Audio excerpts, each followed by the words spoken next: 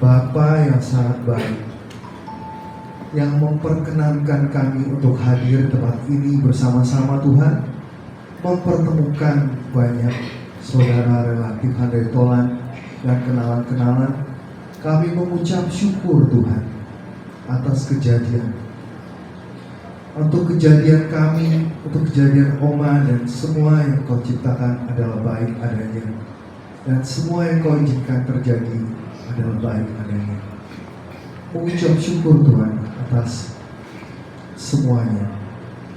Mengucap syukur untuk berkat-berkat yang telah Kau curahkan, pemeliharaan yang Kau izinkan pada kami semua hingga kami saat ini ada. Tuhan, kami ingin serahkan jam ibadah penghiburan ini hanya di dalam tangan-Mu.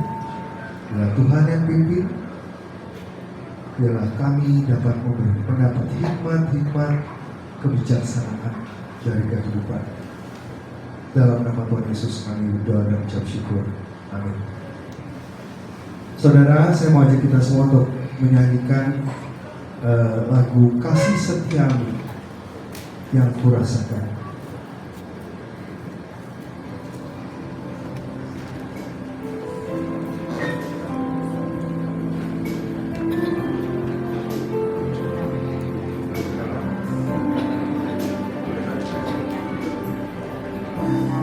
Kasih setiamu yang kurasakan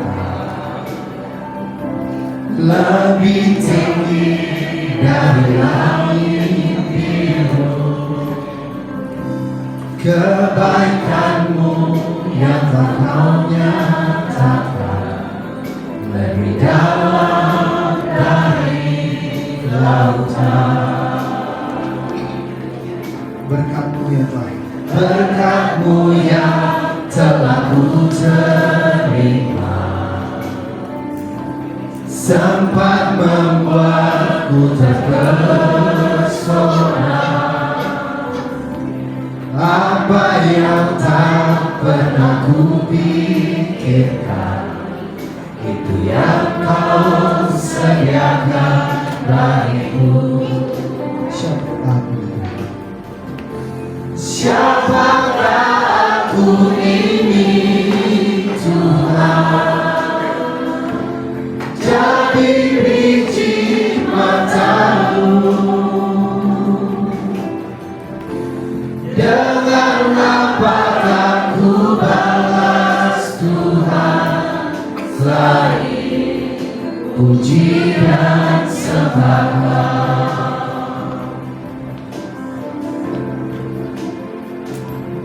Berkat-Mu yang telah Ku terima, berkat-Mu yang telah Ku terima, sempat membuatku terpesona.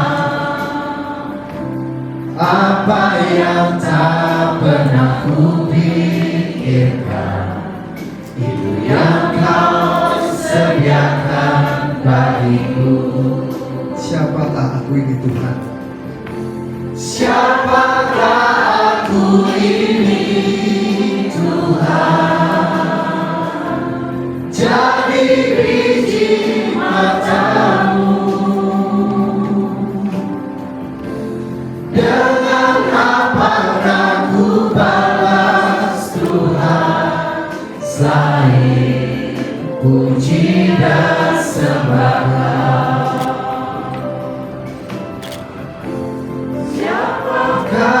Aku ini Tuhan, jadi biji mata-Mu. Dengan apa ku balas Tuhan selain puji dan sembah?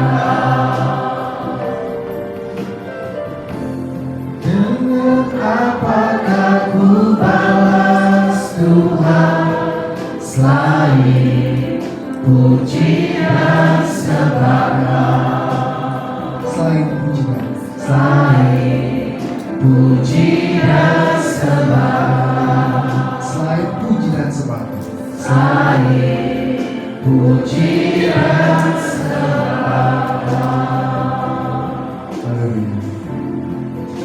saudara, saya mau ajak di pujian kedua kita untuk menyenangkan Tuhan.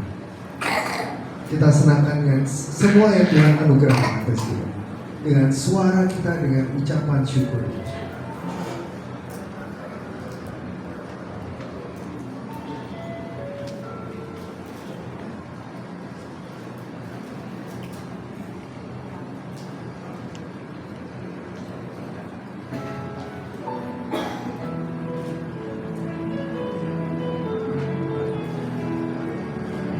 Ini lagu favoritnya Oma.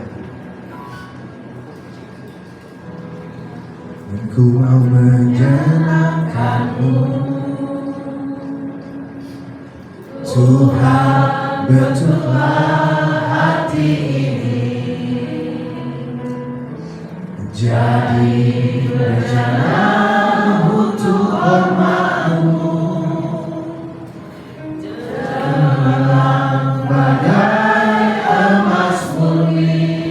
Tuhan, ku serahkan hatiku.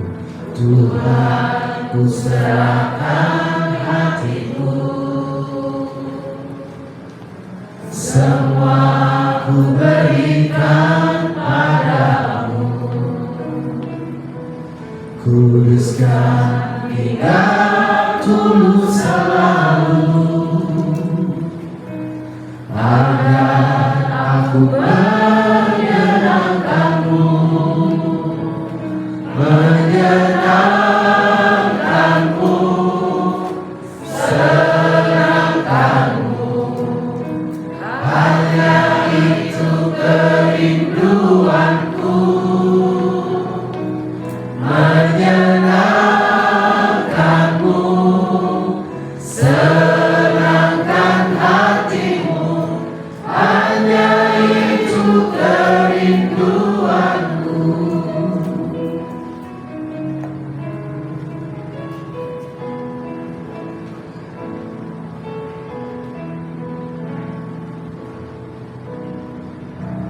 Tuhan, ku mau menyenangkanmu. Tuhan, bentuklah hati ini jadi bejana untuk hormat-Mu. Cemerlang badai lepas murni. Tuhan, ku serahkan. Tuhan, ku serahkan hatiku. Semua ku berikan padamu. Kuduskan hingga tulus selalu, agar aku menyenangkanmu. Menyenangkanmu, senangkanmu, hanya itu kerinduanku. Menyenangkanmu, senangkan hatimu, hanya itu kerinduanku.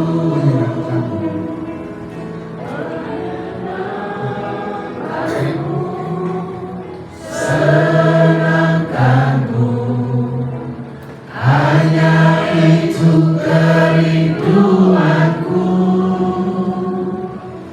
Menyenangkanmu, senangkan hatimu, hanya itu kerinduanku.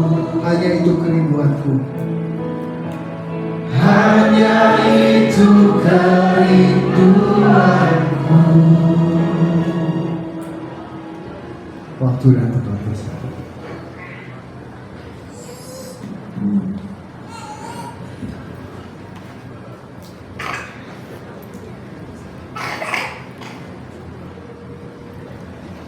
Selamat malam, saudara sekalian.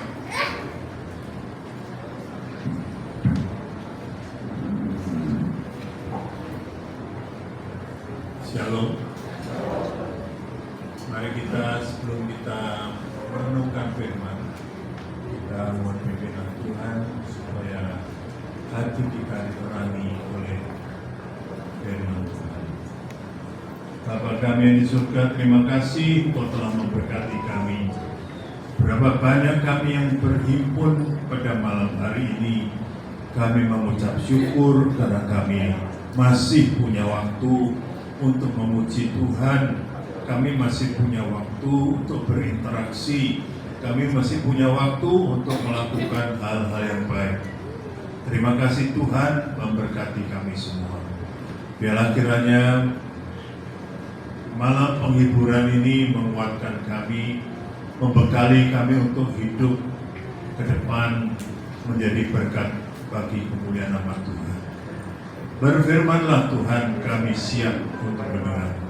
Dan kami naikkan syukur kami dalam nama Yesus Kristus, Tuhan kami. Amin. Saudara sekalian, malam hari ini adalah malam penghiburan. Mami saya adalah anak tertua dari kakak mami, dan saya didaulat oleh adik dan semua untuk bisa menyampaikan firman Tuhan. Sebetulnya penghiburan ini sangat berarti bagi kita sekalian. Kalau kita bisa membaca firman Tuhan yang tertulis dalam Wahyu 14 ayat 13. Berbahagialah orang yang mati dalam Tuhan, karena segala pekerjaannya dan segala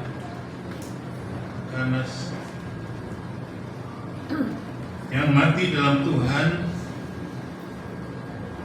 mulai sekarang ini beristirahat, karena segala perbuatan mereka menyertai mereka.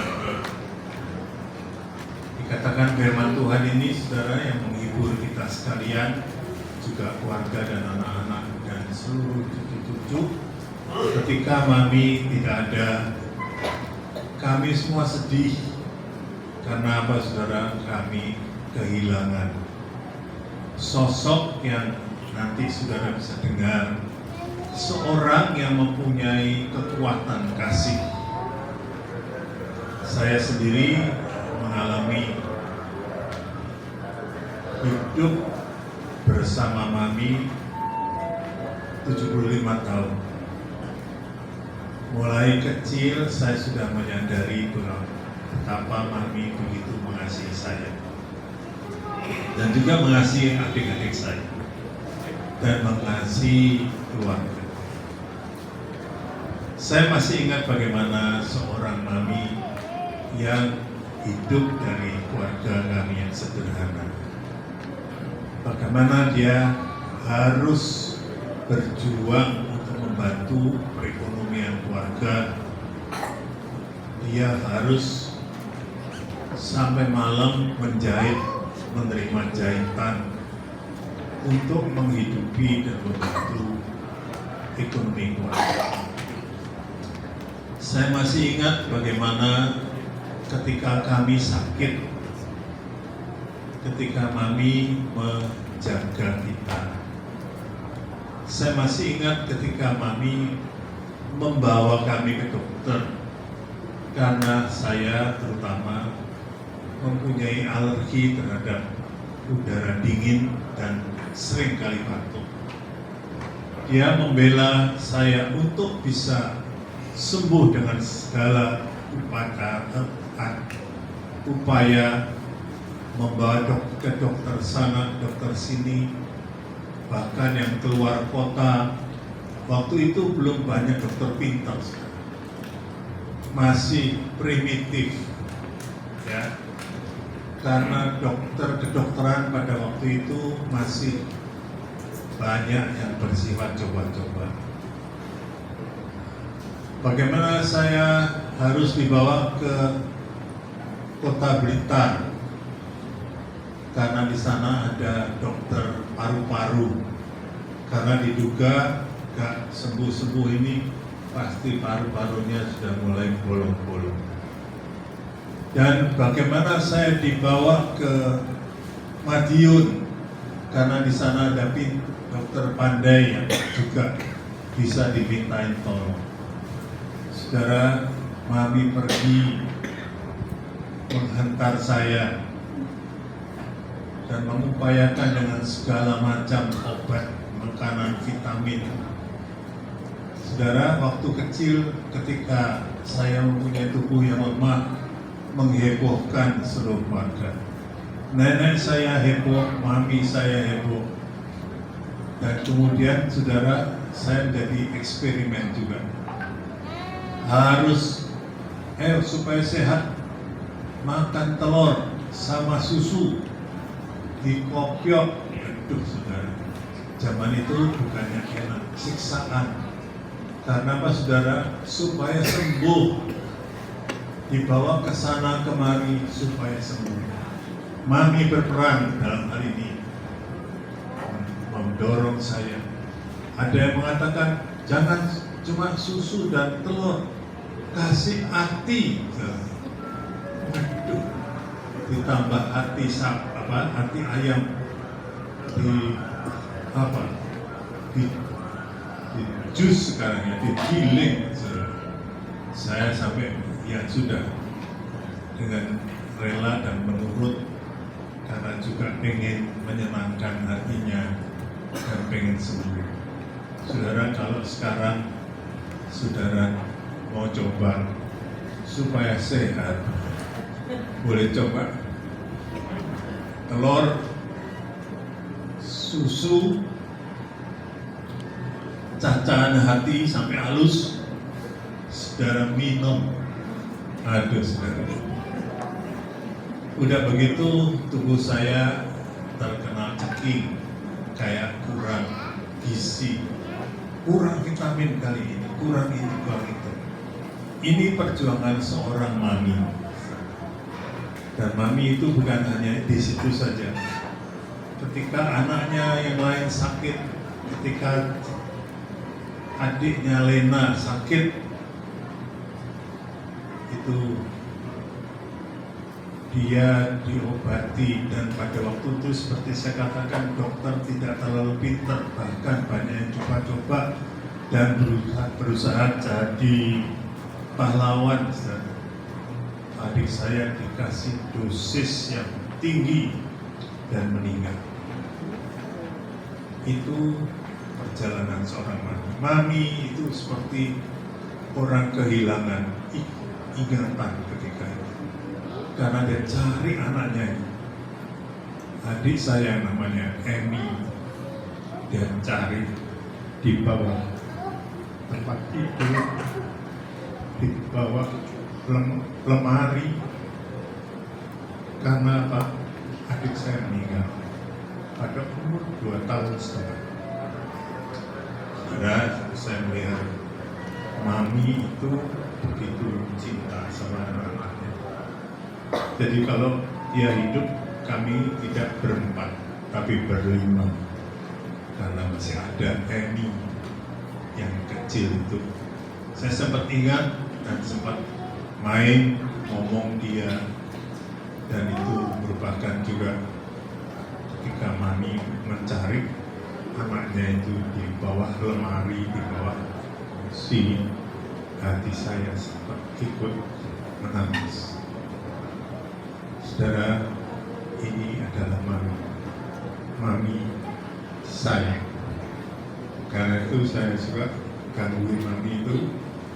Kalau saya WhatsApp sama mami, saya suka panggil mamiku. Karena saya mempunyai memori yang khusus dengan dia. Saudara, bukan hanya itu. Ketika saya sudah mulai besar, saya harus sekolah ke tempat yang jauh. Zaman itu saudara, Kediri ke Bandung itu seperti sudah kemana nih. Jadi waktu itu saya sekolah di Bandung, baru umur 17, mami itu tidak tega. Dan ketika saya mengalami mapram atau orientasi studi apa namanya sekarang, ospek zaman itu keras sekali waktu saya alami di Bandung. Dan mami mendengar itu dan dia tidak tega, dia berangkat sendiri ke Bandung. Belum tahu namanya apa, pergi jauh kemana dia nggak pernah pergi jauh, tapi dia pergi ke Bandung, nyusul saya. Saya tinggal di rumah teman yang kecil, dikasih tempat tinggal cuma di kasur di bawah. Tapi mami nekat, nggak peduli. Ya nanti mami nggak ada tempat, nggak apa-apa, aku tidur di bangku. Dan mami pergi ke Bandung, jaga saya. Padahal nggak ngapa-ngapain, karena saya dibulinya kan di kampus.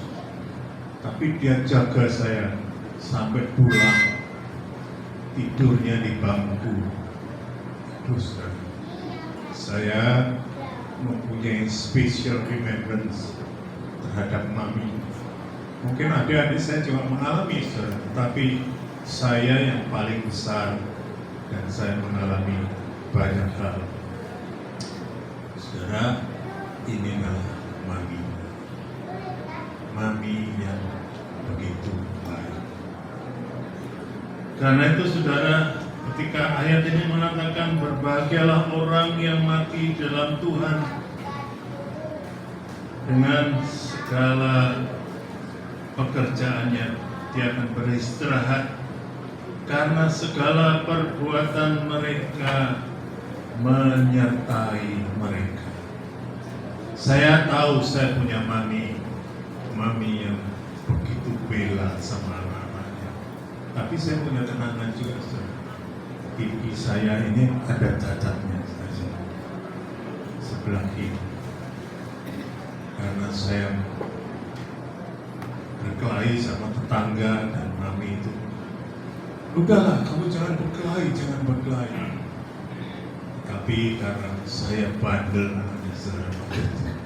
dan mami pegang pipi saya itu sampai kukunya itu membekas di sini, dan sampai sekarang bisa ada. Kalau saudara mau melihat dengan detail itu masih ada luka bekas kuku mami. Karena saya bandel, saya dekat, saya dicintai begitu rupa, maka kenangan mami yang baik ini membekas dalam hati saya.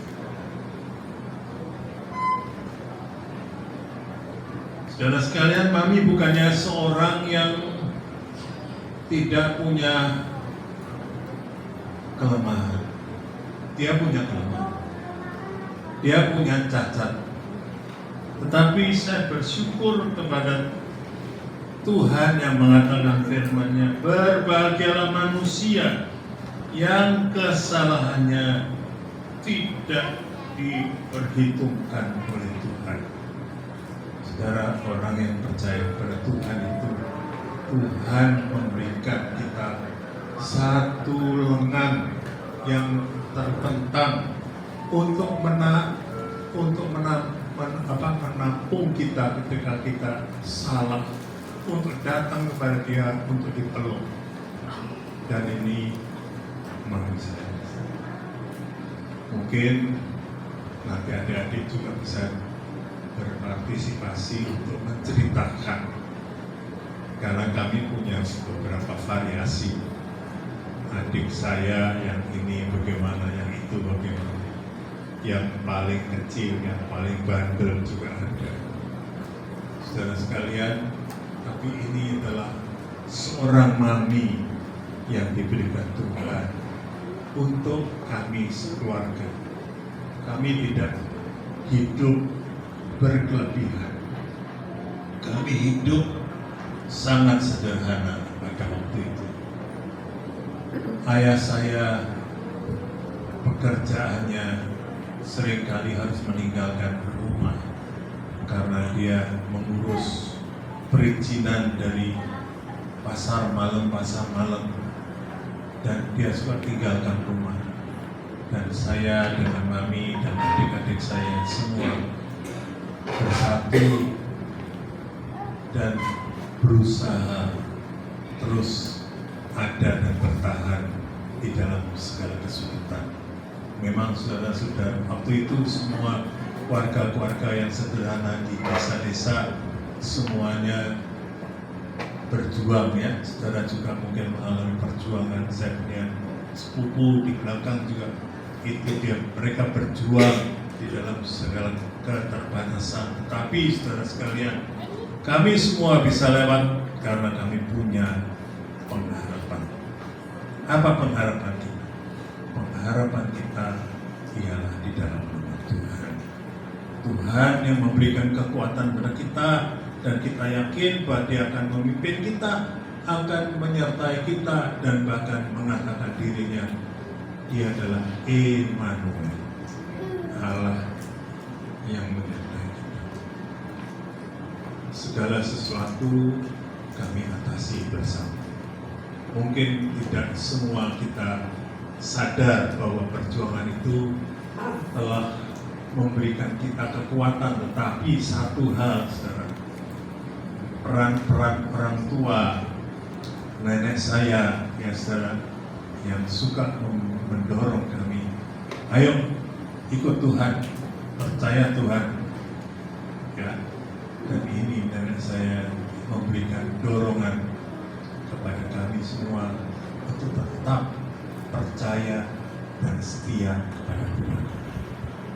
Saudara, kita mungkin nggak ngerti, what to do nggak tahu, how to do nggak tahu, tetapi kita tahu bahwa kita punya Tuhan yang baik, yang menyertai kita. Kalau kita bisa melewati segala macam ini, saudara, adalah berkat Tuhan. Dan saya ingin sharingkan pada malam hari ini kepada saudara sekalian yang ada di sini, bahwa kehidupan kita itu sangat limited. Saudara jangan pikir saya bisa, saya mampu. Saya katakan pada saudara, saudara tidak mampu, saudara tidak bisa.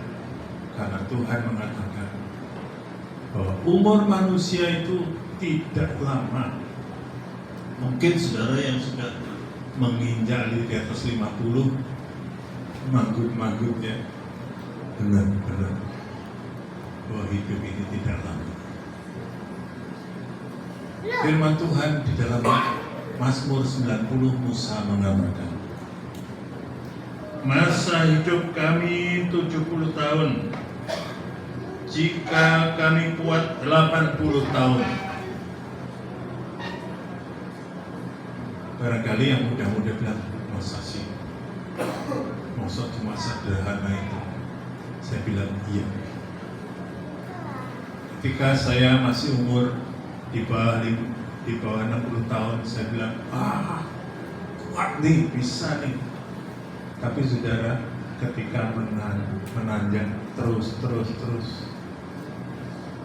70 tahun, semua penyakit keluar. Yang tadinya gak gampang masuk angin,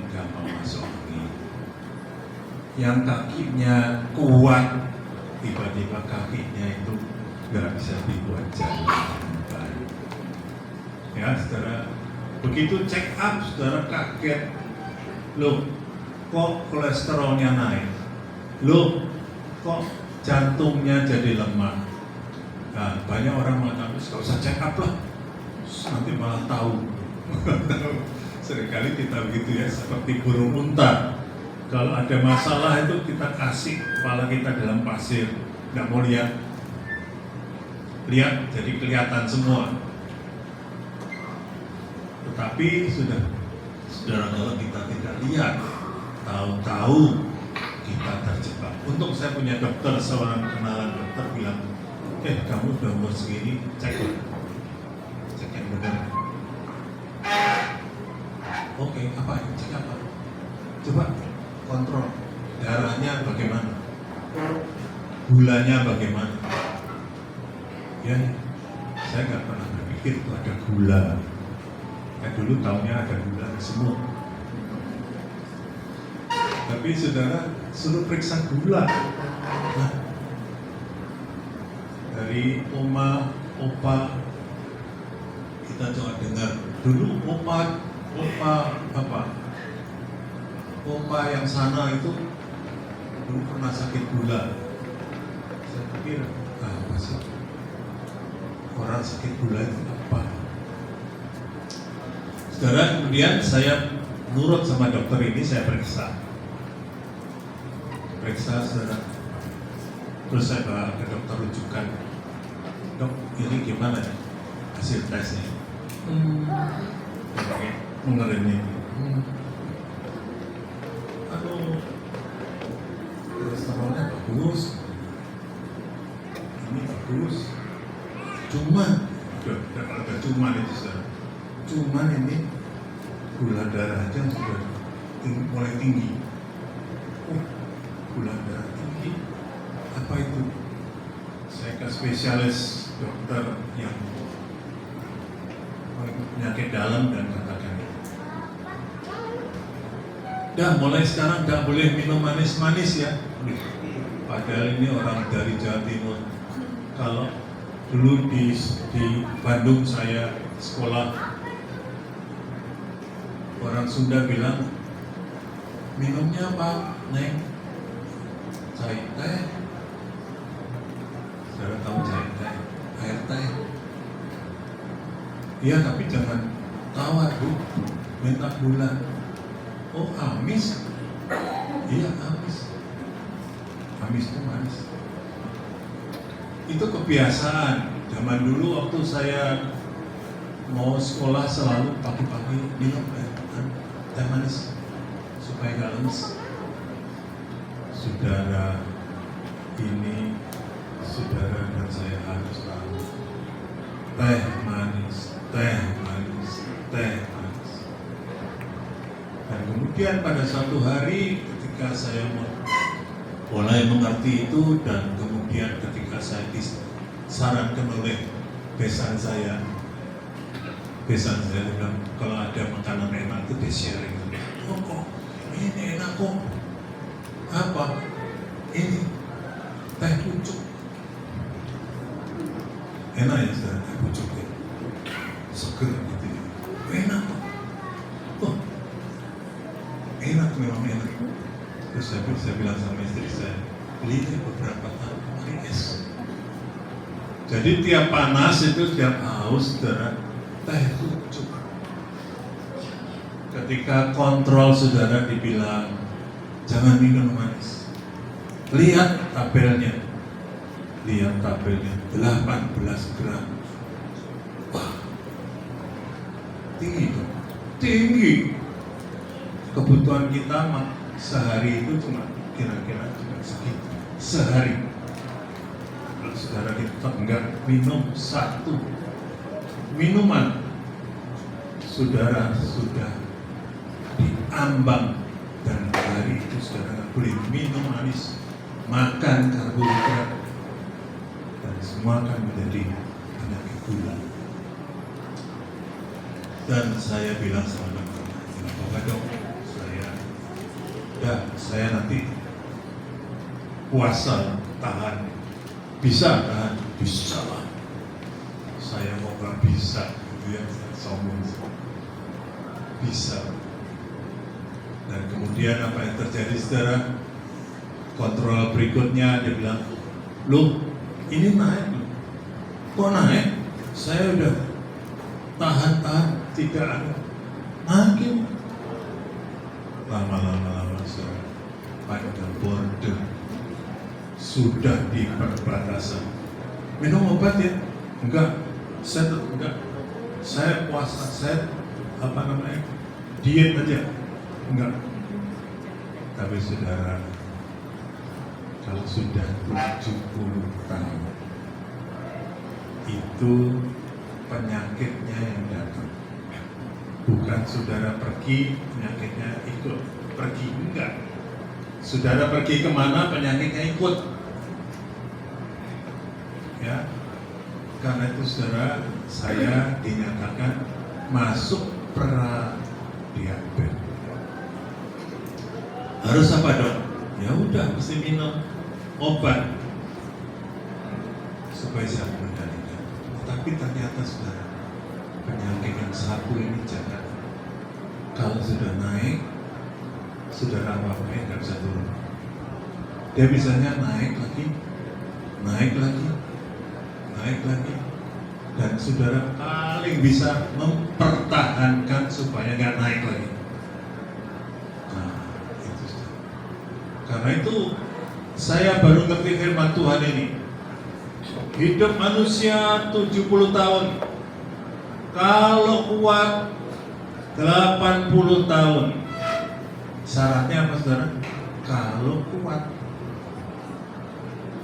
Jadi selama 70 tahun itu kita sudah mengambil posisi kuat-kuatan.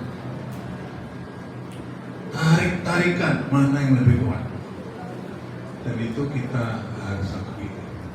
Saudara, kalau sudah 70 tahun, sebelum 70 tahun sudah mulai berpikir tentang strategi ini. Saudara, sebelumnya saudara nabung apa? Keluar itu 70 tahun. Kamu, saudara nabung asap, akibatnya keluar 70 tahun keluar. Dan diteruskan lagi, saudara sekalian. Karena itu banyak orang game lewat umur 70 tahun. Untuk nembus 80 itu sulit. Karena itu saudara jangan mendepositokan penyakit. Jadi kalau sudah menjelang 70 tahun saudara harus tahu diri dan meninggalkan hal-hal yang tidak baik. Ini firman Tuhan. Ternyata benar. Teman saya sudah berapa yang lewat. Saya sekarang umur 75 tahun. Tapi tiap kali saya dengar teman saya lewat, ini lewat, itu lewat, dan tidak bisa tembus 80. Kalau kita mau tembus 80, kita harus nurut firman Tuhan. Perjuangan itu harus dilakukan. Saudara, hidup ini harus punya purpose, ya, punya tujuan. Banyak kita boroskan kehidupan kita ini karena tidak punya tujuan. Seorang pujangga namanya Leo Tolstoy, seorang Rusia, menuliskan satu kisah. Kisahnya adalah ada seorang pemuda. Pemuda ini adalah seorang yang ambisius, semangat. Pada suatu hari dia bertemu dengan tuan tanah, dan tuan tanah ini berkata kepada pemuda ini, "Hei pemuda, apa cita-citamu?" "Saya pengen bisa seperti bapak, bisa kaya raya, bisa berkelimpahan." Oke, good, itu good, boleh. Ya, kalau gitu apa yang Bapak sarankan? Oke, aku ingin memberikan kamu anugerah. Kamu boleh menjalani tanahku yang luas, dan kamu boleh mengambil tanahku sepanjang yang kamu bisa lalui. Senang. Pemuda ini senang sekali. Tapi dasar manusia itu punya hati serakah, ya. Oh gitu Pak. Oke, saya akan jalani tanah Bapak ini sampai ujungnya. Saya akan bisa menjalani seberapa jauh yang Bapak izinkan, saya akan jalani. Silakan, kamu boleh menjalani tanahku ini seberapa kamu bisa. Dan saya katakan seberapa kamu bisa menjalani tanah saya, itu jadi milikmu. Waduh, senang saudara. Dan saudara kalau dikasih gitu, yes, ambil sendiri sampai saudara kalau disuruh ngambil mulai dari anak-anak itu sudah ketahuan kanan kiri. Dan saudara, seringkali keinginan berlebihan itu menjadikan jebakan bagi kita. Saudara tahu monyet itu bagaimana nangkepnya? Monyet berung, ya, monyet bedes. Bedes itu nangkepnya gampang, saudara. Kalau saudara punya buah kelapa, dibolongin, dicumplung, ya, saudara masukkan kacang di dalamnya. Itu bedes itu, saudara, kan senang sama kacang, ya. Dia pengen ambil kacang itu, dan dia maunya itu bukan satu, semua. Ya, saudara, bedes itu saudara kasih berapa dia mau. Makanya kalau dia makan kanan setengah dulu, udah penuh kiri, jadi mukanya nggak jadi bulat lagi tuh. Itu bedes. Itu sifat naluriah keserakahan. Nah, saudara kalau menangkap bedes itu masukin kacang di dalam itu, dia masukin tangannya itu mau ambil kacang itu semuanya, sampai akhirnya ketika tangannya masuk dalam kelapa itu, cumplung itu, dia mau ambil semua. Ketika ditarik-tarik nggak bisa. Kenapa? Tangannya penuh dengan kacang, nggak bisa keluar. Nah, banyak orang-orang yang menangkap bedes itu atau monyet itu tinggal nangkep monyetnya karena nggak bisa lari. Dan pemuda ini seperti monyet itu. Dia, oke, Pak, saya mau kelilingi tanah Bapak. Seberapa banyak? Pasti ya Pak, kasih saya ya. Oke. Ya, jalan sana. Tadinya jalan. Wah, kelamaan jalan. Lari ke sana. Itu misi tanah saya tuh, katanya. Kamu boleh terus kemana aja. Jalan, terus jalan. Kesana belum. Jalan jauh sekali. Dan dia kemudian berlari karena pengen dapat tanah yang banyak. Dan apa yang jadi sekarang? Lari. Nggak berhenti lari lagi karena ini masih bisa, masih ada. Terus kemudian ketika dia mau kembali ke tempatnya untuk sudah berlari ke tempat yang begitu luas, dia sudah tidak bisa lari lagi. Dia pingsan. Dan kemudian karena dia kelelahan itu, dia mati di tempat. Leo Tolstoy bilang, akhirnya si pelari ini dapatnya tanah berapa, saudara? Berapa ribu? Berapa luas? 2 kali 1. Karena dia mati. Manusia mempunyai sikap serakah. Kita harus berorientasi jangan serakah. Ikut Tuhan dengan sungguh-sungguh, belajar menerima yang Tuhan berikan. Saudara sekalian, kita perlu menjadi orang yang perbuatannya akan menyertai kita. Saya rindu malam ini. Saya mengalami kebaikan Mami Saya rindu nanti saudara dengar dari adik-adik juga yang mengalami kebaikan, supaya mereka bisa share bagaimana orang hidup itu memancarkan kebaikan Tuhan. Ya, bukan memancarkan ambisinya, bukan memancarkan keserakahan. Hidup ini hanya sementara. Hidup ini untuk memuliakan Tuhan. Hidup ini biarlah menjadi berkat bagi orang lain. Terima kasih, saya punya mami yang begitu baik.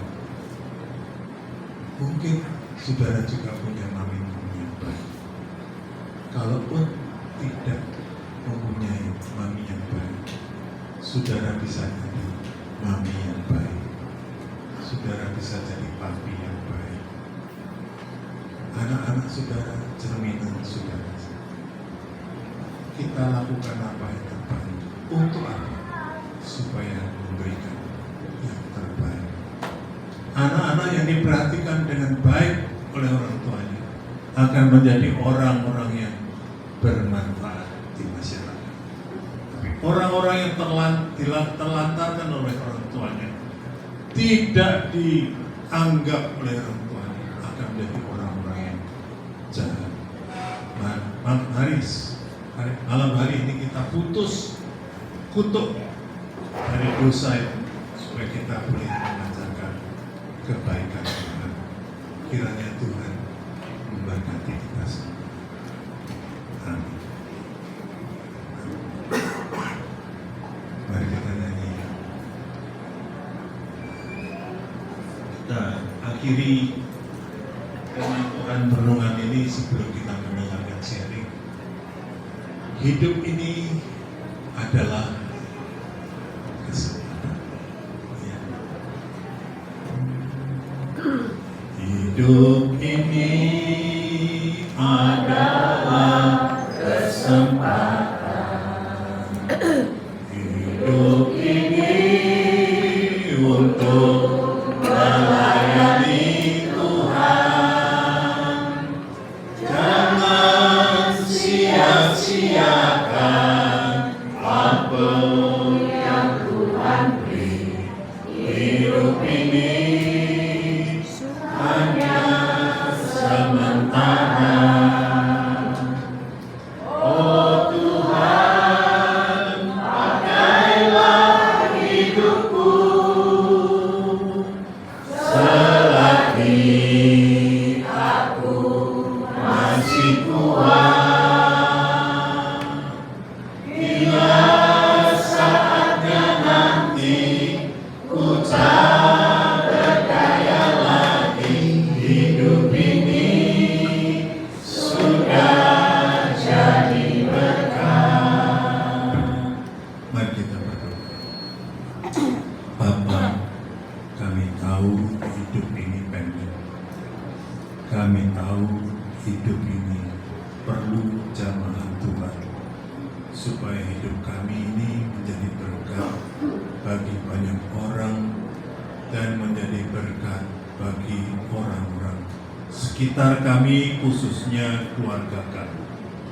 Berkatilah kami supaya bisa menjadi berkat bagi anak-anak kami, menjadi berkat bagi cucu-cucu kami, menjadi berkat bagi sesama kami. Berkati Tuhan firman yang telah kami dengar, supaya kami tidak hanya mengejar keinginan-keinginan, tetapi kami mengejar kerinduan untuk memuliakan Tuhan. Berkatilah semua saudara yang telah mendengar. Biarlah apa yang mereka dengar dan kami dengar, semuanya dapat memberikan kami bekal untuk hidup benar di hadapan Tuhan, karena kami tahu Tuhan mengasihi kami. Biarlah Tuhan kami dapat menjadi orang-orang yang berguna bagi kemuliaan Tuhan. Dikuduskanlah nama-Mu. Berkatilah persekutuan ini dengan berkat-berkat yang lain yang Tuhan akan berikan pada kami semua. Dalam nama Yesus kami mohonkan doa kami. Amin. Pertama, saya ingin memberikan kesempatan kepada adik-adik saya sharing, mungkin kepada yang nomor 2 ya. Yang nomor 2 ini namanya Rachel, dan kami panggilnya dia Noni. Saudari kami, saudari saya ini. Silakan.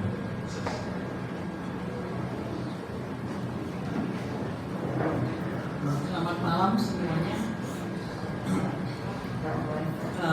Kalau tadi waktu saya sudah sharing mengenai kebaikan mami waktu masih kecil sampai kuliah, saya akan sharing bahwa mami saya itu seorang wanita yang kuat, yang hebat. Maksudnya saya dalam masa kecil sampai saya SMA, yang saya masih ingat adalah bahwa mami saya itu seorang penjahit, dan saya dan adik saya Lena ini dibuatin baju itu pasti kembar. Jadi beli kain dan dijahitin sendiri oleh mami. Jadi kalau kami ke gereja pasti kami pakai baju yang kembar. Itu yang saya ingat waktu kami masih kecil.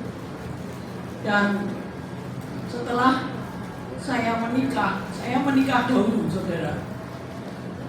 Karena waktu itu saya mikir memang keadaan ekonomi sangat berat untuk menyekolahkan anak-anaknya, mami saya dan bapak saya itu. Jadi saya memutuskan ya udah menikah saja. Pikiran saya sempit sekali. Dan dari keempat anak mami ini yang paling banyak anaknya adalah saya. Dan cucunya juga paling banyak. Dari situ saya merasakan bahwa mami saya ini sangat-sangat seorang mami yang sangat mengasihi saya dan cucu-cucunya.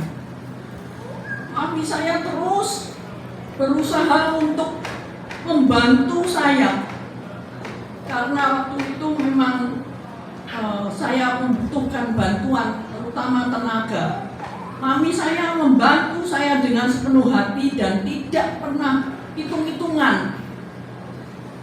Jadi anak-anak saya itu sampai memanggil mami saya itu mama, karena begitu dekatnya anak-anak saya dengan mami.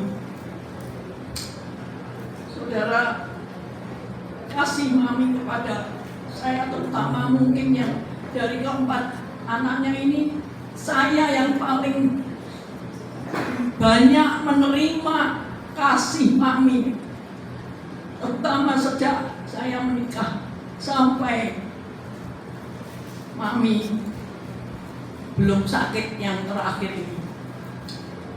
Saya belum bisa membalas apa-apa kepada mami.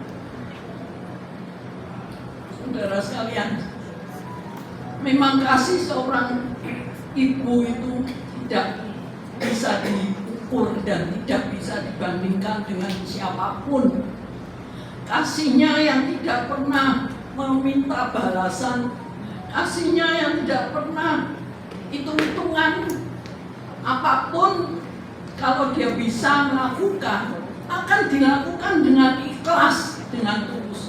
Itu yang saya alami dengan mami saya yang terkasih. Saudara, tadi kode saya Pak Handoyo bilang bahwa manusia itu diberi kekuatan sampai 70 tahun dan kalau kuat 80 tahun. Tetapi ayat itu belum selesai. Karena setelah sampai 80 tahun, kebanggaannya adalah kesusahan dan penderitaan, kebanggaannya. Dan itu saya merasakan sejak mami sakit. Mami itu kebanggaannya adalah penderitaannya dan kekuatan yang dari Tuhan yang sudah diterima oleh mami sampai mami dipanggil Tuhan.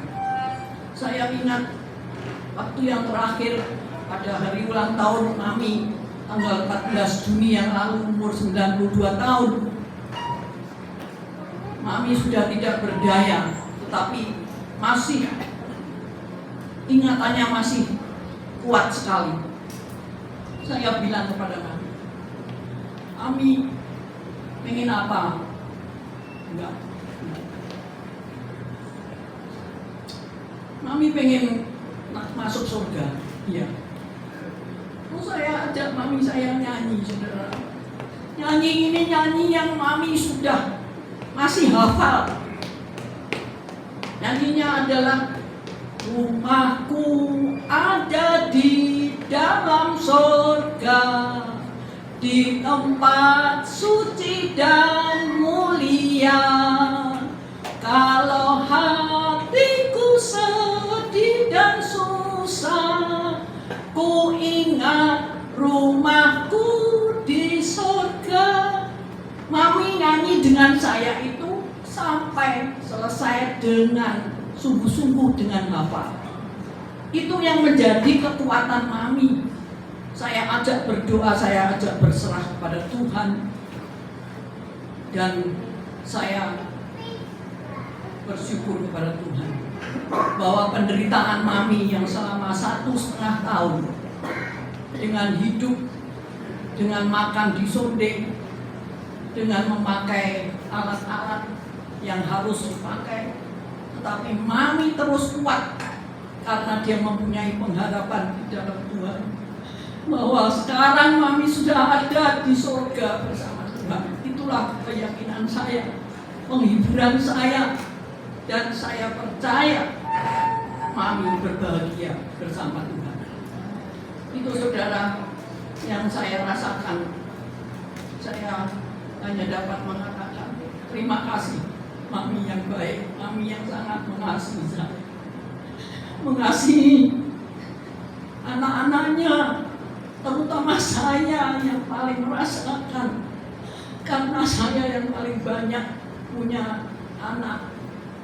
Dan Mami terus membela saya, berkorban untuk saya, dan mengasihi cucu-cucunya dengan begitu hebat, begitu luar biasa. Saya hanya bilang terima kasih Mami yang tercinta. Terima kasih Tuhan yang terkasih untuk Mami. Karena sekarang Mami sudah bebas dari semua penderitaannya. Dan Mami menerima upah sebagai anak Tuhan yang setia sampai akhir. Anak Tuhan yang mengasihi keluarganya, anak cucunya, mantunya, sampai cicitnya. Dan dia masih hafal semuanya sampai akhir hidupnya. Itu ada yang saya sharingkan. Biarlah kita juga dapat menerima kekuatan dari Tuhan dengan pengharapan bahwa rumah kita ada di dalam surga. Saya serahkan kepada Lena.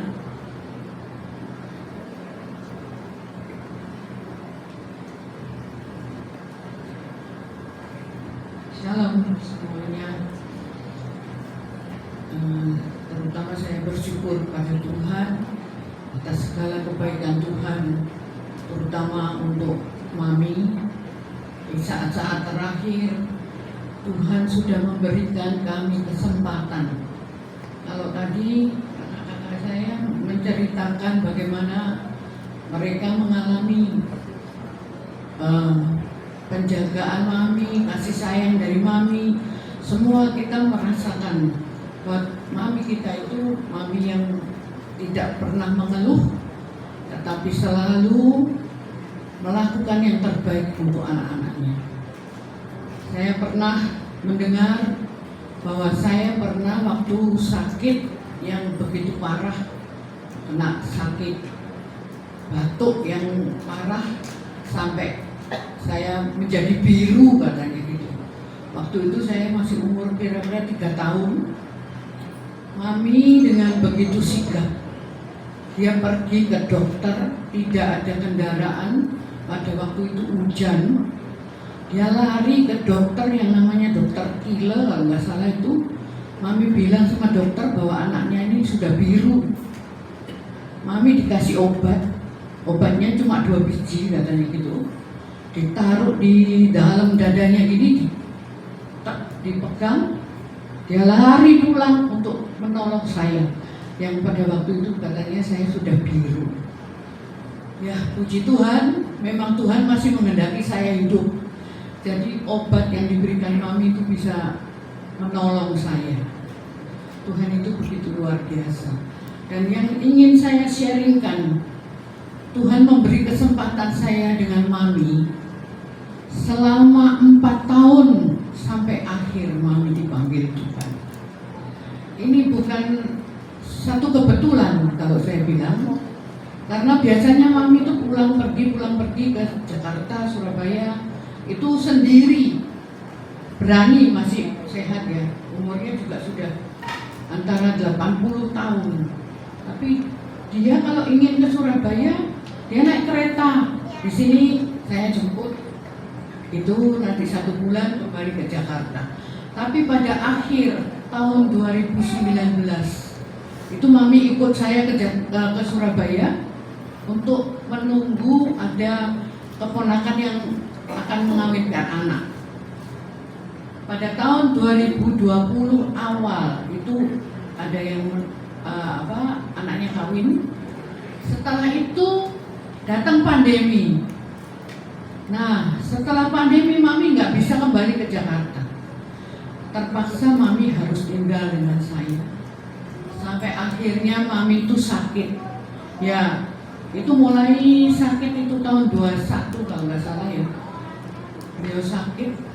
Sakitnya itu kita nggak tahu. Pertama kita pikir Mami itu sakitnya di pinggang.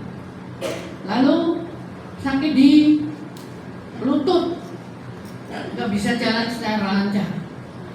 Terus kalau naik mobil selalu dia geser-geser gini, sakit katanya. Tapi kita nggak ngerti sakitnya itu di mana. Dipikir itu yang sakit pinggang, dipikir yang sakit kaki. Ternyata itu bukan.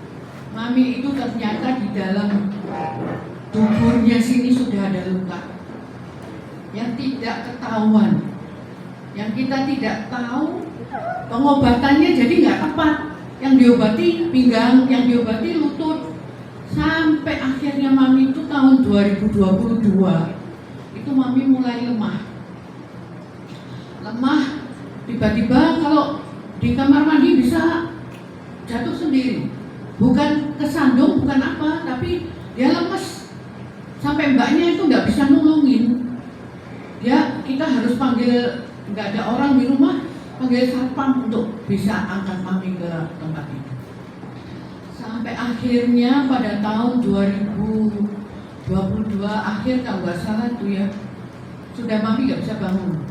Itu merosot, akhirnya Mami itu semua harus ditolong. Akhirnya waktu ketahuan ada luka itu, waktu Mami nggak bisa mandi sendiri, nggak bisa apa-apa, dirawat oleh mbak saya itu, ternyata ada luka. Nah, setelah saya dilapori ada luka, saya bingung. Wah, luka ya harus cepetan diobatin. Waktu diobatin saya panggilnya orang IGD dari rumah sakit. Dilihat, oh ini lukanya di tulang ekor. Ya baru kecil katanya gitu. Ternyata bukan kecil gitu. Itu sudah dalam, tapi tidak ketahuan. Jadi kita nih merasa gimana kecolongan ya. Kecolongan karena nggak tahu gitu. Nah setelah itu lama-lama luka ini nggak bisa. Orangnya bilang, dokter manter itu bilang, ini luka ini dalam, dan ininya sudah hitam, pinggirnya hitam, itu nggak bisa, itu harus dipotong. Nah, setelah itu kita ya nggak berani, gimana caranya ya? Terus dia bilang ini cuma dokter bedah yang bisa. Dokter bedah, saya pikir waduh, ini nanti kalau dibawa ke dokter bedah terus caranya gimana? Duduk nggak bisa. Terus waktu itu semua nyarankan cepetan dibawa ke dokter bedah. Tapi saya masih ragu-ragu gimana caranya bawa gitu loh. Soalnya duduk aja nggak bisa. Akhirnya saya foto, lukanya saya foto, saya bawa ke dokter Suyanto, dokter yang tadi juga hadir di sini. Saya tunjukkan, dok, ini saya mau konsultasi. Mami saya itu ada luka di sini. Terus ini gimana, dok? Dia bilang ya bawa ke sini, katanya. Aduh, bawa ke sini caranya gimana, dok? Ya dibawa aja. Pokoknya di sini harus dibersihkan semua. Kalau kamu nggak bersihkan, ini percuma kamu obati apapun, nggak bisa. Ya sudah, saya masih tunggu nunda-nunda waktu, tapi 2 hari kemudian mami saya itu badannya panas. Waktu itu COVID masih ada. Jadi tahun 22 itu kan masih ada COVID ya, masih dibatasi semua rumah sakit, juga masih ada yang pakai APD segala macam.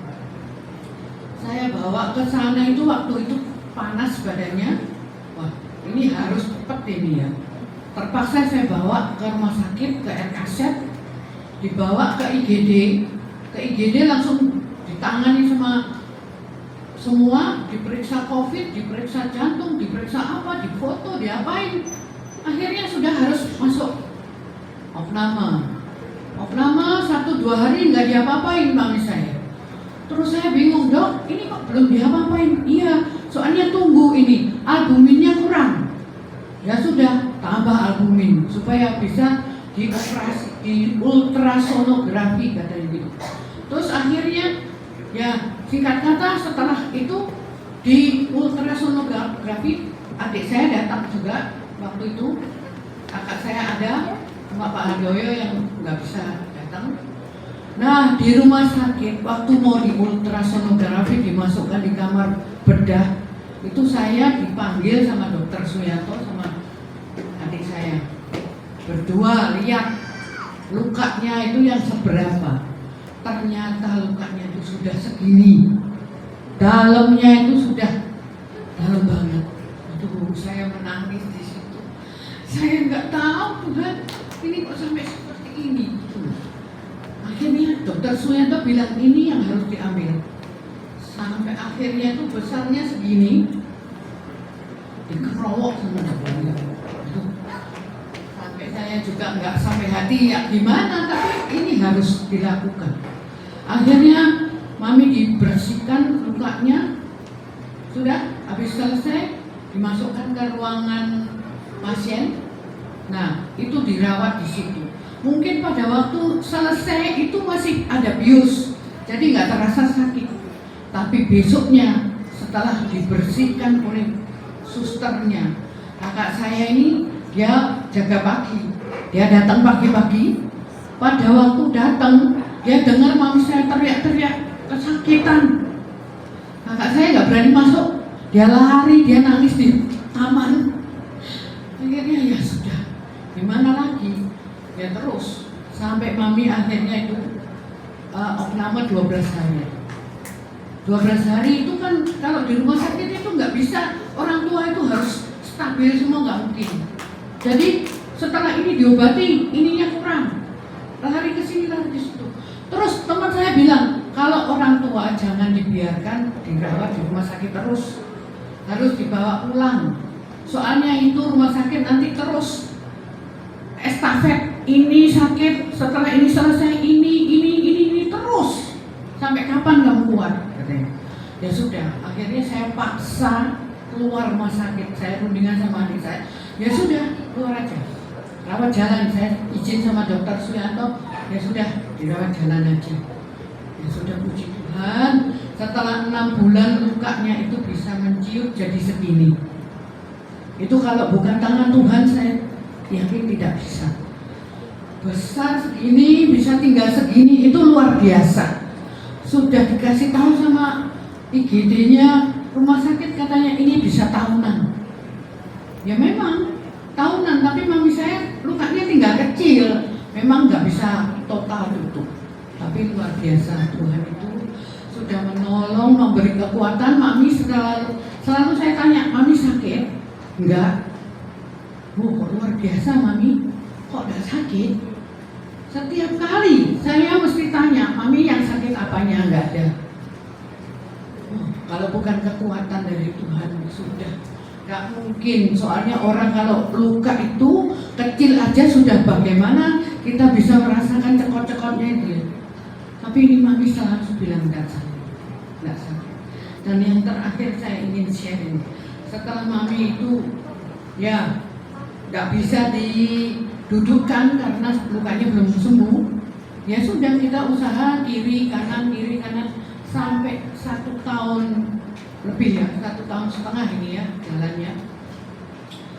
3 hari sebelum mami meninggal itu mami terima pertolongan Tuhan yang luar biasa juga. Pada waktu itu mami sudah ngedrop ya, terus harus pakai oksigen. Karena saya punya tabung oksigen besar dan jarang dipakai, saya enggak menyangka kalau oksigen dipakai itu bisa habis. Jadi waktu dipakai terus, akhirnya saya dibangunin sama mbak-mbaknya, susternya. Bu, oksigennya habis katanya. Waduh, jam 3 pagi oksigen habis, terus mau cari gimana? Sedangkan mami itu butuh oksigen terus. Nah, saya kebingungan, saturasinya mami turun dari 86 waktu nggak pakai oksigen. Aduh, saya terus ingat saya harus menjerit pada siapa? Saya berdoa kepada Tuhan, mami di telinga mami saya doa terus, mami minta kekuatan Tuhan. Saya percaya Tuhan itu tolong. Tuhan itu yang mempunyai oksigen. Jadi kita tidak usah pakai oksigen yang itu pun Tuhan bisa tolong. Setelah saya berdoa kira-kira 5-6 menit, saya ukur saturasinya lagi. Dulunya 86. Setelah saya ukur jadi 91.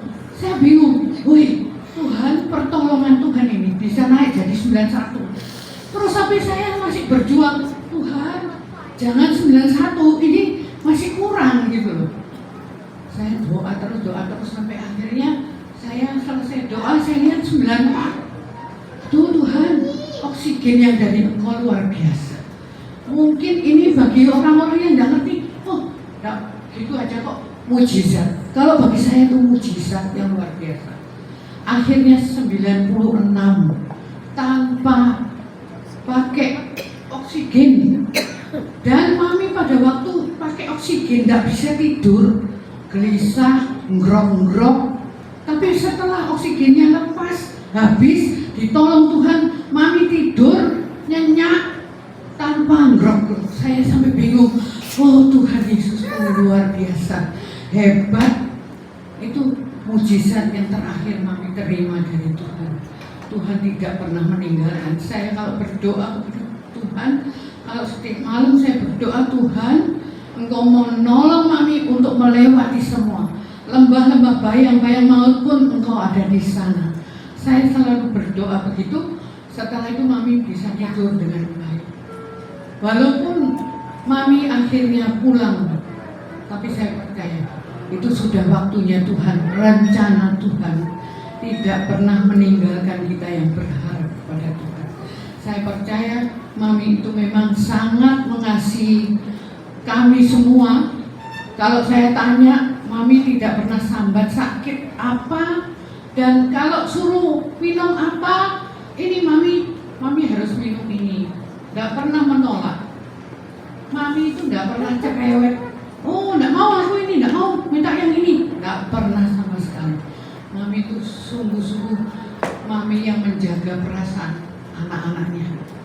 Jadi saya sangat bersyukur kepada Tuhan. Tuhan sudah menolong sedemikian rupa. Walaupun saya terakhir harus terus merawat mami, itu satu kebahagiaan bagi saya. Kesempatan yang Tuhan berikan. mungkin mereka jarang menerima kesempatan yang seperti itu. Saya percaya ini adalah kemurahan kasih sayang Tuhan. Sekian sharing saya, mungkin disambung dari saya.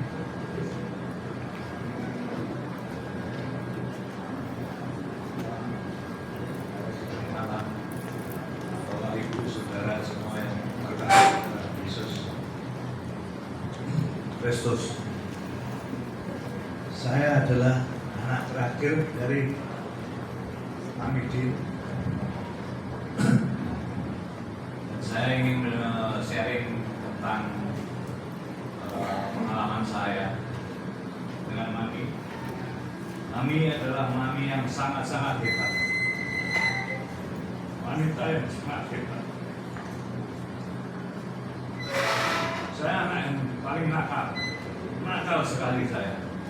Pada waktu kecil, Mami menjahit kebaya. Jadi langganannya itu banyak, itu dia camat. Kebaya jahit terus. Kalau dapat duit, ini duitnya beli kain. Mami nyuruh saya beli kain. Kadang-kala bersama Mami ke Gang Congwe. Kalau di Kediri itu ada namanya toko kain Gang Congwe. Pilih kain. Setelah itu tak jahitnya baju katanya. Dibikinkan celana pendek 2, tapi saya butuh anak nakal. Pendek, celana pendek saya kasihkan orang kampung, anak kampung. Mami marah-marah. Bawa sapu ngejar saya. Yang dulu ranjang kita itu tinggi dari besi. Jadi saya masuk ranjang itu Mami nggak sampai begini-begini. Itu saya nakal sekali. Jadi Mami itu berdoa buat saya lama sekali. 3 tahun saya nakal sekali pada waktu itu. Setelah SMA 3 tahun itu Mami berdoa supaya anaknya ini, Doni ini tidak jadi penjahat, preman. Karena pola tingkah saya udah nggak jelas, sangat luar biasa nakalnya. Dan terkenal di Kediri itu saya terkenal. Tukang becak pun sudah tahu saya semua. Nakalnya bukan main. Dan ini koko saya ini sering ingetin saya, tapi saya nggak bobres, nggak rewes. Jadi istri saya nggak rewes, semuanya saya nggak rewes. Itu pengalaman saya. Tapi Mami ini orang yang hebat, yang bijaksana. Saya tidak bisa bicara apa-apa. She is very amazing for me. Dan tidak akan bisa tergantikan. Tidak ada bandingannya. Dan saya merasa kalau saya pergi ke Surabaya, Mami minta antar. Ada waktu masih sehat. Ayo Terno, antar ke Surabaya, naik Argo Bromo Anggrek. Oke, saya antar. Di tengah jalan tuh selalu Mami tanya. Udah umur sudah agak tua, jadi sering tanya. Ini sawah ini sebegitu luasnya, saat ini ombone itu punya sopo, gitu kan? Saya bilang, oh ini punya orang desa. Nanti 15 menit lagi dia tanya, sawah ini bani ini sopo. Itu terus kayak begitu. Itu kadang-kadang kan ngambangin cici saya ini, Lena, Surabaya, Terno, saya antar. Nanti kalau bulan lagi pulang Jakarta, saya jemput. Gitu. Nah, kalau pas di Jakarta ikut kakak saya Rahel ini, Jim, Renyo, iki loh, Mami masak asam-asam ginjal. Itu kesukaan saya, asam-asam ginjal. Ke sana. Terus Mami terang pasar kopro, potong rambut, saya antar, saya gandeng. Jadi kedekatan saya sama Mami itu sangat luar biasa.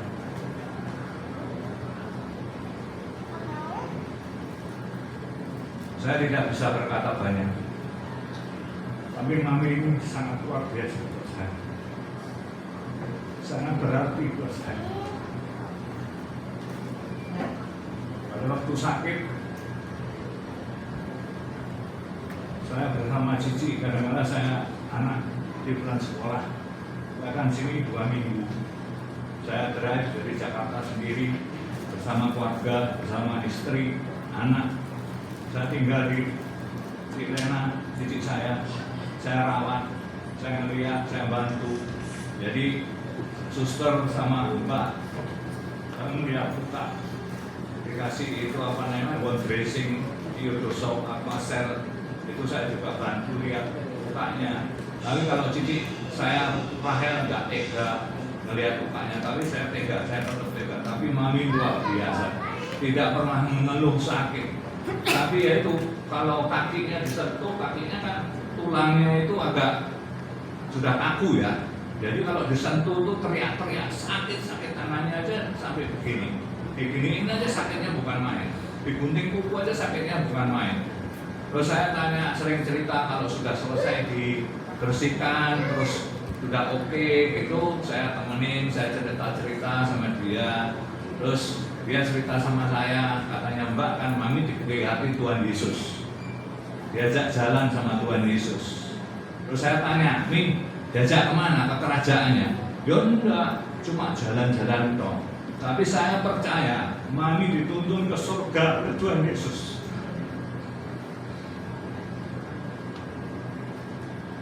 Jadi bagi saya Mami tidak ada bandingannya dan tidak bisa diukur apapun dari kita, tidak akan bisa menggantikan itu.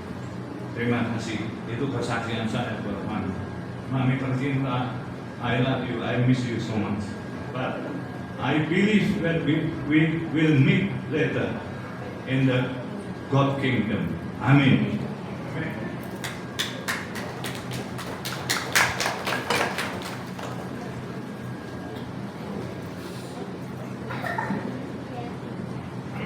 Mungkin 1, 2 cucu mau terus dengan siapa cucu?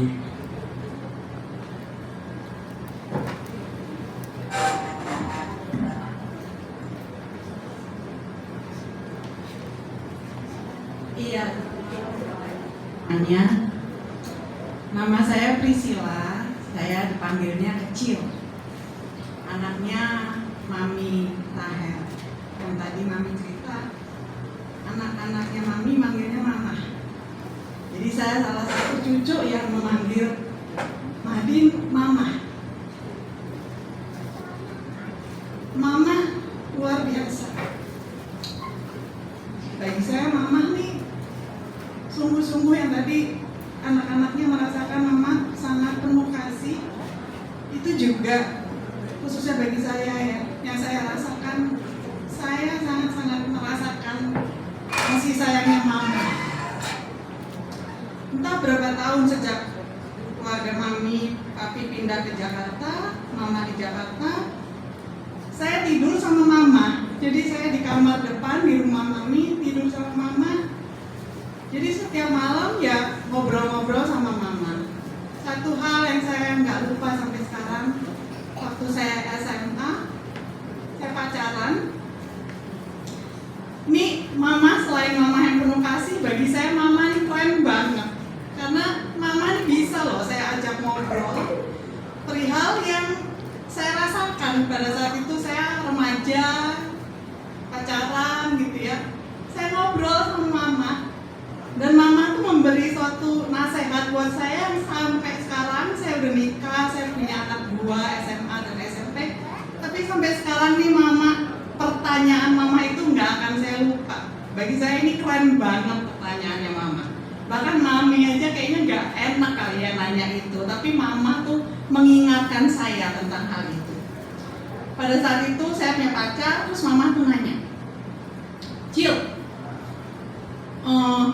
namanya Andrew yang sekarang jadi suami saya. Mama tuh nanya, Cil, Andrew lah pacaran ngejak kamu piye-piye ndak? Itu bagi saya waduh. Saya tuh terkejut sekali gitu sama pertanyaan Mama itu. Terus saya bilang, enggak lah, Cil nggak mau. Ya, oke, kita kalau ngomong pakai bahasa Jawa, jadinya makanya logat saya masih kental juga. Enggak lah, Cil nggak mau. Terus Mama bilang, iya, pokoknya ojo gelem lah. Misalnya pacaran wis ngejak gitu, wis ora usah. Ini saya pikir ini hal yang perlu saya ceritakan juga gitu ya. terutama sekarang anak-anak muda gitu. Pada zaman itu belum sampai seheboh ini gitu keadaan. Tapi mama tuh bisa ngingetin saya tentang satu hal prinsip yang saya percaya juga. Nih mama saya keren banget nih oma nih gitu, bisa nanyain hal yang kayak gini gitu sama cucunya gitu. Itu memorable banget gitu buat saya. Itu satu hal.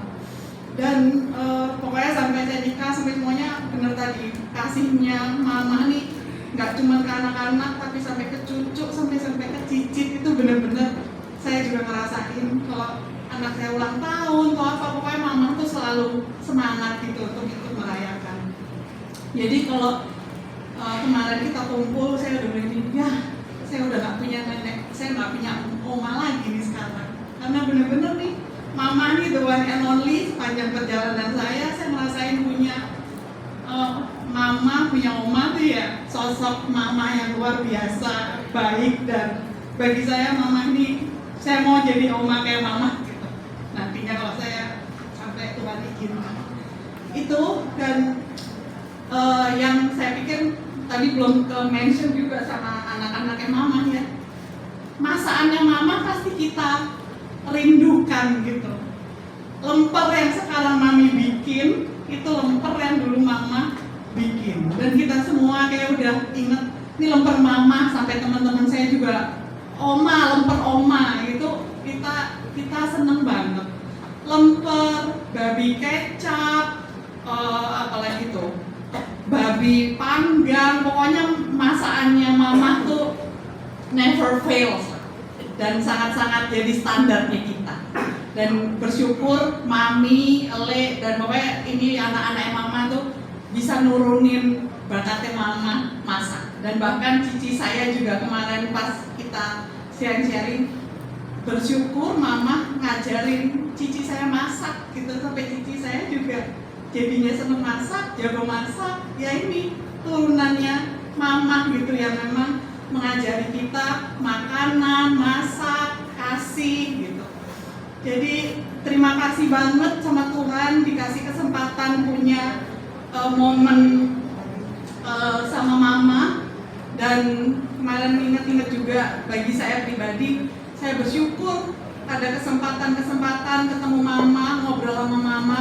Bahkan terakhir mengajak mama makan. Mama kalau kita lagi Surabaya, pada saat memang mama masih bisa makan, sebisa mungkin kita tanya, "Ma, pengen makan apa?" Karena bagi mama makanan tuh kayaknya sesuatu yang sangat dinikmati. Dan kita tuh seneng gitu ngajakin mama makan. Karena mama langsung menikmati, terus bisa kasih komentar gitu. Jadi kita seneng. "Ma, mau makan apa? Steak apa soto?" Steak. Kita senangannya makan steak. Momen terakhir bagi saya yang istimewa, Desember 2022, sebelum mama bener-bener gak bisa tergeletak, udah emang gak bisa, jadi diangkat semuanya naik kursi, kita ke Bon Cafe waktu itu. Mama makan 1 porsi steak, masih bisa makan sendiri semuanya. Itu jadi momen bagi saya istimewa. Terakhir ngajak mama makan steak, mama menikmati. Setelah itu bulan tadi yang diceritain sama Le, bulan Januari, Februari, mama sakit, mama letak, mama pakai sonde. Sungguh-sungguh sedih. Karena kita tahu mama tuh senangannya makan. Kok sekarang mama jadi gak bisa makan gitu. Jadinya aduh, pengen gitu Tuhan ya, kalau Tuhan izinin mama bisa sembuh, bisa makan lagi. Tapi rencana Tuhan lain. Tapi kami semua percaya, saya percaya mama udah enak, udah lepas semua sakitnya, mama udah sama Tuhan Yesus, dan mama meninggalkan hal-hal yang banyak, yang positif, yang kita perlu hidupi, kita perlu wujudkan, baik seorang ibu, seorang oma. Dan itu yang kami mau syukuri, itu yang saya syukuri sama Tuhan. Terima kasih Tuhan Yesus untuk kehadiran mama, terima kasih untuk semua waktunya. Dan kami percaya kita semua nanti akan kumpul sama-sama lagi. Terima kasih.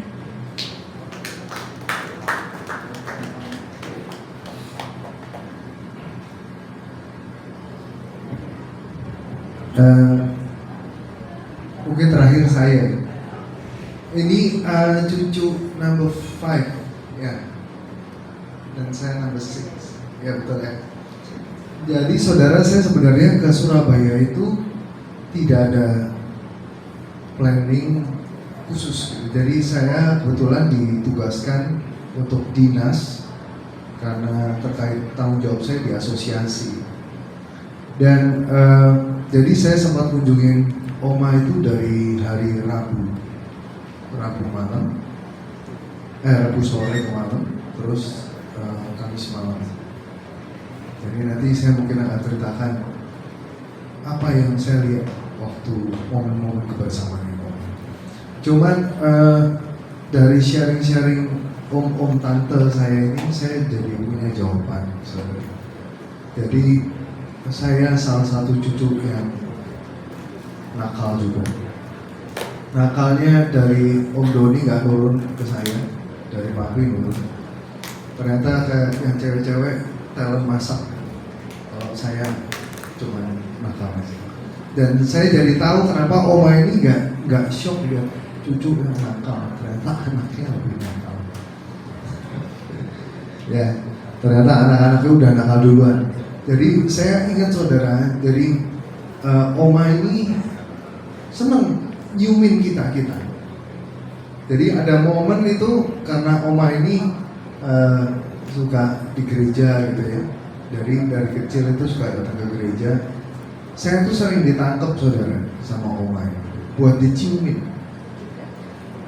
Nah, jadi ada satu waktu saya ingat sekali, saya waktu itu ngintip supaya nggak ketemu Oma, takut ditangkap sama Oma, takut dicium. Tapi itu kasih seorang Oma yang luar biasa. Jadi kalau tadi di-mention sama Priscil mengenai masakan, itu betul-betul nggak salah. Saya sampai sekarang dan saya akan cari resep Oma bikinin saya masakan ceker apa? Bukan bumbu kecap, minyak wijen. Nah, moga-moga turun dan ada yang masih meneruskan karena buat saya it's so special. Jadi Oma ini suka masakin khusus buat saya, si cucu nakal ini. Nah, jadi saya merasakan kasih Oma yang luar biasa. Ini juga Oma yang terakhir buat saya, karena yang dari Mami sudah dulu. Jadi saya nggak punya Oma lagi. Dan I love her so much. Dan waktu hari Rabu saya bersama Oma, terus saya sempat manggil-manggil Oma dalam keadaan yang setengah sadar. Saturasinya hari itu juga sempat ngedrop. Terus habis itu kita telepon orang oksigen, dinaikin lagi, akhirnya naik.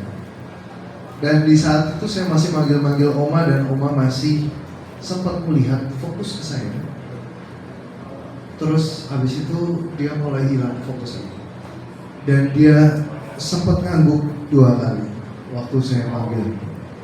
Karena Oma itu sebelum ngedrop, ini siapa Mak? Sinyo. Dia tahu persis. Ini Sinyo datang. Nah, jadi waktu hari Rabu itu masih merespon begitu. Dan hari Kamis malam, ya, jadi saya mesti kembali ke Jakarta itu Jumat malam. Dan Kamis malam saya sempatkan lagi untuk visit ke Oma sore sebelum Om Dauni tiba. Itu saya sempat bersama Oma dan saya lihat kondisinya sudah lebih buruk dari hari sebelumnya. Udah dipanggil juga nggak respon ya. Ya entah kita nggak tahu, tapi saya ingat sekali Oma sempat ngangguk. Ya, Oma sempat ngangguk 2 kali. Nah, 2 kali. Terus tapi saya sudah merasakan, jadi saya tuh punya satu ketakutan saudara untuk doain orang yang sakit, karena saya punya pengalaman yang kurang baik. Bukan kurang baik gimana, cuman saya ngerasa bukan talenta saya doain orang sakit. Jadi saya kalau doain orang kok malah nggak membaik gitu. Nggak membaik. Dan tapi malam itu saya paksakan untuk, jadi oma itu dalam kondisi tidur itu kalau tidak ngapa-ngapain itu tangan kanannya itu gerak begini, ya, garuk jempolnya begini. Dan malam itu saya tangan kanan itu saya genggamkan ke tangan saya, dia berhenti menggaruk. Lalu saya doa sama-sama. Saya bilang, Oma mungkin gak bisa dengar, cuman saya doa sama Tuhan, saya bilang, Tuhan, Kau Allah atas semua sakit penyakit. Kau Yehova Rafa, Kau Yehova Jireh, Kau Yehova Shalom. You know the best one. Masih. Dan saya sudah merasakan satu hal bahwa saya nggak bisa bersedih. Mungkin saya bersedih kayak Oma, tapi saya happy sekali bahwa dia lepaskan dari semua kesakitan itu. Saudara, kalau saudara ada di situ dan melihat bagaimana Oma pengen mengeluarkan dahak, batuk tidak bisa, saudara. Keluarin dahak gak bisa. Itu suffer sekali pada saat kita sudah gak bisa nafas yang terengah-engah. Coba hidup mau gimana? Dan saya puji Tuhan sekali, saya rasa Oma sudah gak ngerasain sakit-sakit itu.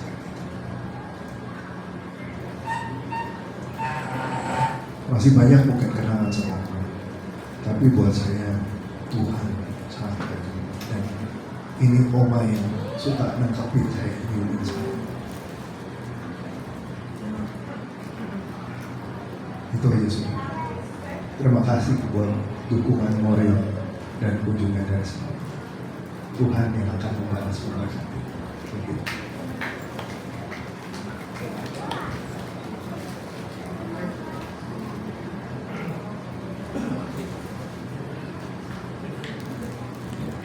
Mungkin untuk menutup ibadah ini, kita dari keluarga mau nyanyi. Ini salah satu nyanyian yang pernah dibawakan Oma di gereja. Jadi dia waktu itu rindu untuk membagikan berkat melalui pujian ini. Dan saya mau ajak family, mari kita maju ke depan, kita nyanyikan nyanyi kesukaan Oma yang ini.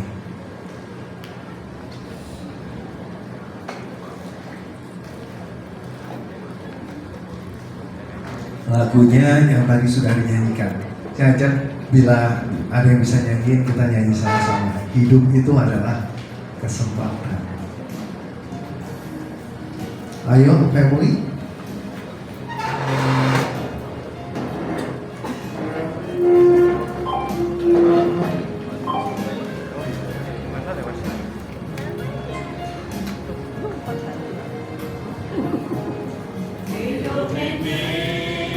Adalah kesempatan hidup ini untuk melayani Tuhan. Jangan sia-siakan waktu yang Tuhan beri. Hidup ini harus jadi berkah. Oh Tuhan, pakailah hidupku selagi aku masih kuat. Bila saatnya nanti ku tak berdaya lagi, hidup ini sudah jadi berkah.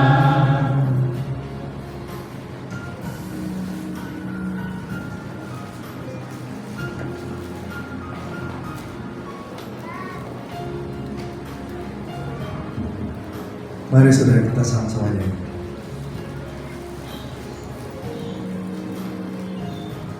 Hidup ini adalah kesempatan. Hidup ini untuk melayani Tuhan. Jangan sia-siakan waktu yang Tuhan beri. Hidup ini harus jadi berkah. Oh Tuhan, pakailah hidupku selagi aku masih kuat. Bila saatnya nanti ku tak berdaya lagi, hidup ini sudah jadi berkah. Oh Tuhan, pakailah hidupku selagi aku masih kuat. Bila saatnya nanti ku tak berdaya lagi, hidup ini sudah jadi berkah. Hidup ini sudah jadi berkah. Terima kasih.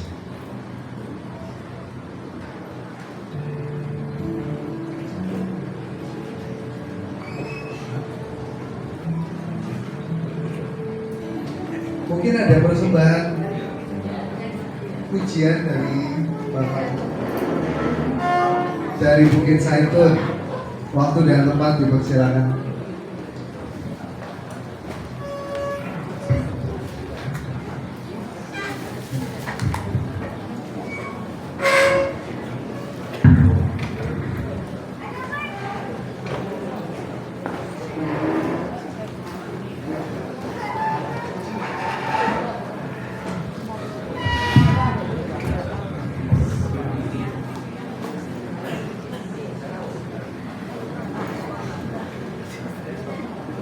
Shalom, puji Tuhan.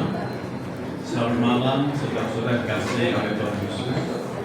Kami dari tim Dorcas Gereja Bukit Saitun akan mempersembahkan pujian bagi Tuhan dengan judul Rumahku Ada di Dalam Surga. Kiranya persembahan pujian ini dapat memberkati kita semua yang hadir, terlebih lagi bagi keluarga almarhum Oma Santi Gunawan.